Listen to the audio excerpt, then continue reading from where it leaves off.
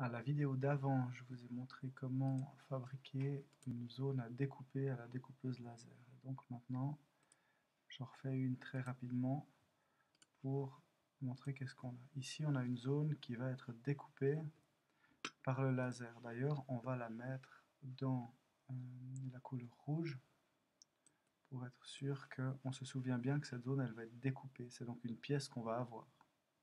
Maintenant, la question, c'est comment est-ce qu'on va faire pour décorer cette pièce.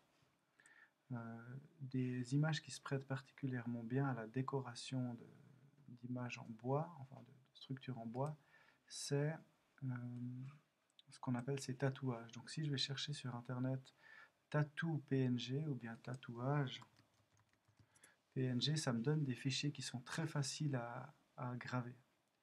Ici j'en ai un qui m'intéresse bien, c'est celui-là, qui est ce hibou ici. Donc ce que je vais faire avec ça, c'est que je vais simplement le faire glisser dans mon bureau. Et puis, je vais retourner sur mon document Illustrator. Maintenant, ce que je vais faire, c'est que je vais aller importer mon document, fichier importer. Je vais aller le retrouver sur mon bureau, qui s'appelle desktop en anglais. Et puis, je vais voir cette image-là que je viens d'enregistrer. Je l'ouvre. Cette image-là, c'est une image qui n'est pas en format vectoriel. Si on zoome dessus, elle devient floue, et puis ça, c'est quelque chose qu'on ne veut pas. Ce que je vais faire maintenant, c'est que je vais vectoriser cette image. Donc pour vectoriser cette image, je clique dessus, et puis je vais aller dans Objet, Chemin, pardon, vectoriser le bitmap. Et puis ici, je peux faire différentes variations, mais pour ce qui concerne ce genre d'image, la vectorisation par seuil de luminosité avec un seuil de 0,5, elle suffit. Donc je mets OK. Et puis je remarque que mon image s'est vectorisée. Qu'est-ce que ça veut dire? Ça fait que ça m'a fait un fichier qui est beaucoup plus net. On peut effacer l'autre avec le bouton pour revenir en arrière ou bien Escape. Et là j'ai un fichier qui est beaucoup plus net. Si je zoome dessus, eh ben, je peux zoomer tant que je veux. Ce sera toujours précis. Ce fichier-là, il me plaît bien. Je peux le laisser comme ça.